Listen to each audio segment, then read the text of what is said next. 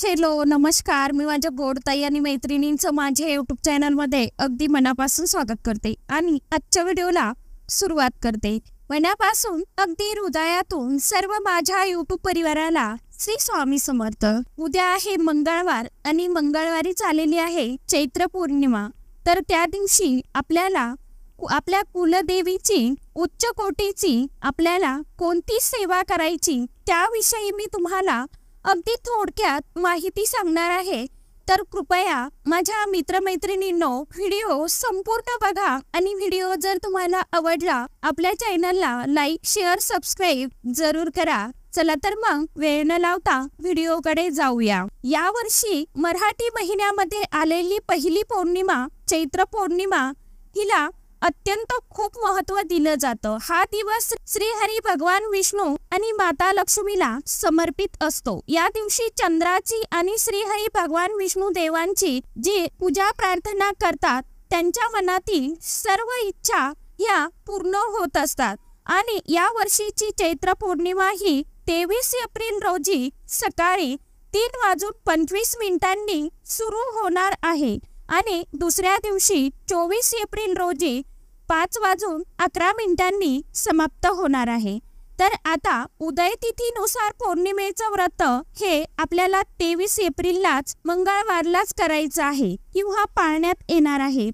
आता आपण ज्या काही पौर्णिमेच्या सेवा आणि उपाय करत असतो तर ते आपल्याला मंगळवारलाच करायचे आहे।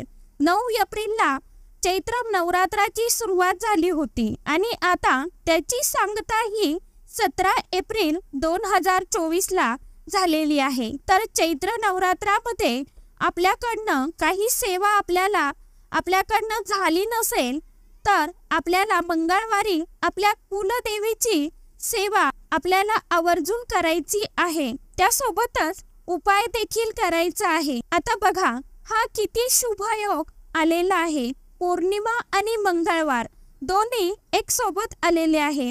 आपली कुलदेवी जी असते ती आपल्या कुळाचा उद्धार करणारी असून ती आपल्या कुळाचं रक्षण सुद्धा करत असते। आता इथे एक सांगेन सर्वात महत्त्वाचं म्हणजे तुम्हाला जर अखंड लक्ष्मी प्राप्तीसाठी जर सेवा करायची असेल तर या चैत्र पौर्णिमेपासून तुम्हाला सत्यनारायणाच्या पूजेला सुरुवात तुम्ही करू शकता आणि संकल्प करून 12 पौर्णिमेचं व्रत तुम्ही करू शकता। ही सेवा अखंड लक्ष्मी प्राप्तीसाठी अत्यंत अतिशय महत्त्वाची आहे। आता आपल्या यूट्यूब परिवारामध्ये माझे खूप नवीन ताई दादा नवीन जॉईन झालेले आहेत। तर ज्यांना इच्छा असेल की स्वामी सेवा करायची किंवा सत्यनारायणाची पूजा करायची तर उद्यापासून संकल्प करून उद्यापासून म्हणजे मंगळवारपासून तुम्ही आपल्याला संकल्प करून सत्यनारायणाची पूजा करायची आहे। चैत्र पौर्णिमेपासून सत्यनारायणाच्या पूजेला 12 पौर्णिमेचा संकल्प करून ही सेवा आवर्जून चालू करावी। तर आता ही भगवान सत्यनारायणाची पूजा केव्हा करावी तर ती पूजा आपल्याला प्रदोष काळामध्ये करायची असते। तर प्रदोष काळ म्हणजे 5वा प्रदोष काळ हा 5:30 किंवा 5:30 वाजेपासून तर 7 वाजेपर्यंत हा प्रदोष काळ असतो। तर तुम्हाला 5 ते 7 पर्यंत तुम्ही ही पूजा संध्याकाळच्या वेळी करू शकता। ही सत्यनारायणाची पूजा आपल्याला संध्याकाळच्या वेळी करायची असते। तर आता अतिशय महत्त्वाचं म्हणजे आपल्या देवघरामध्ये आपल्या कुलदेवीचा टाक किंवा मूर्ती फोटो असेल तर तो टाक असतात तर त्या टाकावरती आपल्याला पौर्णिमेच्या दिवशी विशेष करून आपल्याला काही सेवा करायच्या असतात। आता अतिशय महत्त्वाचं म्हणजे आपल्या देवघरामध्ये आपल्या कुलदेवीचा टाक किंवा मूर्ती असेल तर त्या टाक किंवा मूर्तीवरती आपल्याला काही विशेष प्रकारच्या सेवा सुद्धा आपल्याला आवर्जून चैत्र पौर्णिमेच्या दिवशी आपण करायला पाहिजे। तर आता सर्वात प्रथम आपल्याला कुलदेवीच्या टाकावर किंवा मूर्तीवर पाण्याने अभिषेक करायचा, नंतर पंचामृताने अभिषेक करायचा, नंतर साध्या पाण्याने आपल्याला मूर्ती किंवा आपल्या कुलदेवीचा टाक तो स्वच्छ धुवून पुसून घ्यायचा. नंतर एक पाट किंवा चौरंगावरती लाल कपडा अंथरून त्यावरती टाक मूर्ती किंवा फोटो आपल्याला विराजमान करायचा, म्हणजे तिथे आपल्याला स्थापन करायचं आहे. नंतर थोडं अत्तर लावून घ्यायचं आणि हळदी कुंकू लावून घ्यायचं आहे. एखादं गुलाबाचं फूल, गजरा आपल्याला देवीला अर्पण करायचं आहे आणि तुपाचा दिवा, धूप लावायचा आहे. आणि आपल्याकडून जर चैत्र नवरात्रामध्ये दुर्गा सप्तशतीचा पाठ करणं झाला नसेल तर आपल्याला दुर्गा सप्तशती ग्रंथाचा एक पाठ आवर्जून करायचा आहे. आणि तुम्ही जर पौर्णिमा तिथीला एक पाठ जर केला तर त्याचं पुण्यफळ हे आपल्याला मिळतच.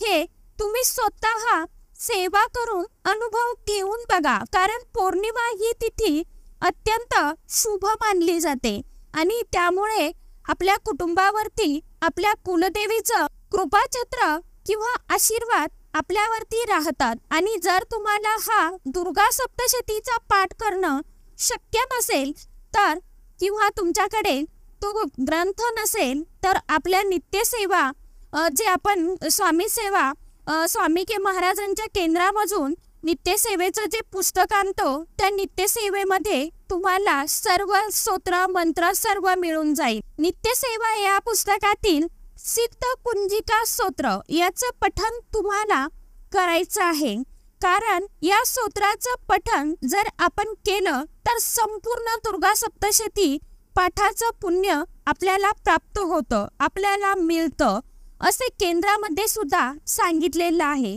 तर आपल्याला जर जास्त कोणत्या सेवा रोज करणं शक्य होत नसेल, आता प्रत्येकालाच एवढ्या सर्व सेवा करणं शक्य नाही, तर किमान मंगळवार, शुक्रवार आणि पौर्णिमेला तरी ही सेवा करावी. तसंच कनकधारा स्तोत्र पण अत्यंत प्रभावशाली आहे आणि याही स्तोत्राचं पठण आपल्याला करायचं आहे. आणि त्यासोबत आपल्याला एक अतिशय महत्त्वाची सेवा म्हणजे कुंकुमार्चन करायचं आहे. आता टाकावरती किंवा मूर्तीवरती कुंकुमार्चन तुम्ही करू शकता. तर कुंकुमार्चन कसं करायचं, तर आपल्याला देवीच्या चरणापासून ते डोक्यापर्यंत कुंकुमार्चन कुंकाने करायचं असतं. यामुळे आपली कुलस्वामिनी आपल्यावरती प्रसन्न होते.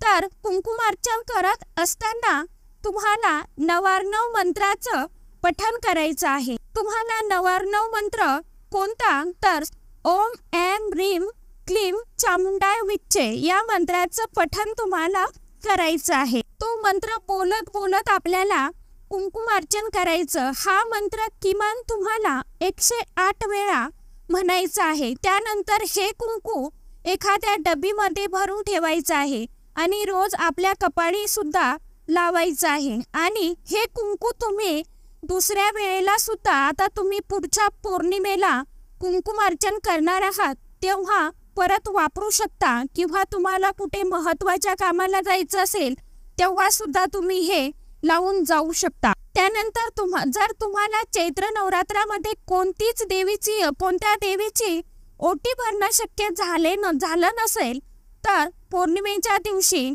घरच्या घरी देवीची ओटी कशी भरावी याचा व्हिडिओ आपल्या चॅनलवरती आहे, तर तो बघून घ्या. त्यामध्ये सर्व माहिती मी तुम्हाला सांगितलेली आहे. ज्यांनी बघितला नसेल तो व्हिडिओ कृपया बघा आणि त्यानुसार तुम्ही आपल्या देवीची घरच्या घरी ओटी कशी भरायची त्यानुसार तुम्ही भरू शकता. आता सगळ्यात महत्त्वाची सेवा म्हणजे आपल्या इच्छापूर्तीसाठी आपल्याला ही सेवा करायची आहे.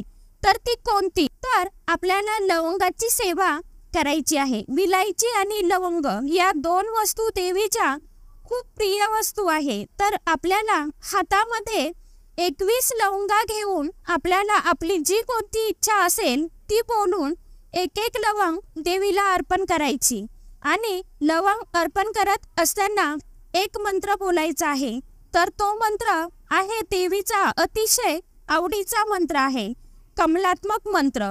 मात्र लवंग ही फूटवाली असावी, मोडकी तोडकी नसावी. आणि नंतर या लवंगांचं काय करायचं, तर त्या लवंगा प्रसाद म्हणून आपण आपल्या घरातील सर्वांनी एक लवंग आपण रोज खाऊ शकता. फक्त बाहेरच्या व्यक्तीला कुणालाच ही लवंग आपल्याला द्यायची नाही. कमलात्मक मंत्र ओम श्रीम ह्रीं श्रीं कमले कमलालये प्रसीद प्रसीद श्रीं श्री महालक्ष्मी नमः या मंत्राचं आपल्याला पठण करायचं आणि एक वेळा मंत्र बोलायचा आणि एक लवंग आपल्याला देवीच्या चरणाजवळ अर्पण करायची. अशा 21 लवंगा तुम्हाला ह्या देवीच्या चरणाजवळ वाहायच्या आहे, अर्पण करायच्या आहे. मला शक्य झालं तर मी कमलात्मक मंत्र तुम्हाला स्क्रीनवरती लिहून देईन. तो मंत्र तुम्हाला पठण करत करत त्या 21 लवंगा देवी मातेला अर्पण करायच्या आणि मंत्र बोलायचा. आणि प्रत्येक पौर्णिमेला आपल्याला घरामध्ये खिरीचाच नैवेद्य दाखवायचा आहे. तर आता उद्या चैत्र पौर्णिमा असल्यामुळे तुम्ही पुरणपोळीचा सुद्धा नैवेद्य दाखवू शकता, परंतु प्रत्येक पौर्णिमेला तांदूळाची किंवा शेवयाची किंवा साबुदाण्याची खीर ही तुम्हाला आवश्यक करायचीच असते आणि जरूर करावी. किंवा तुम्हाला कोणता गोड पदार्थ नाही जमला तर तुम्ही पांढऱ्या मिठाईचा नैवेद्य सुद्धा महालक्ष्मीला देवीला दाखवू शकता आणि जरूर दाखवा. खरोखर सांगेन खूप छान रिझल्ट येतात. आजच्या व्हिडिओमध्ये इतकीच माहिती होती. कशी वाटली नक्की सांगा आणि परत भेटूया अशाच एखाद्या नवीन व्हिडिओसोबत, नवीन माहितीसोबत. तोपर्यंत सर्वांना श्री स्वामी समर्थ. पुन्हा एकदा धन्यवाद.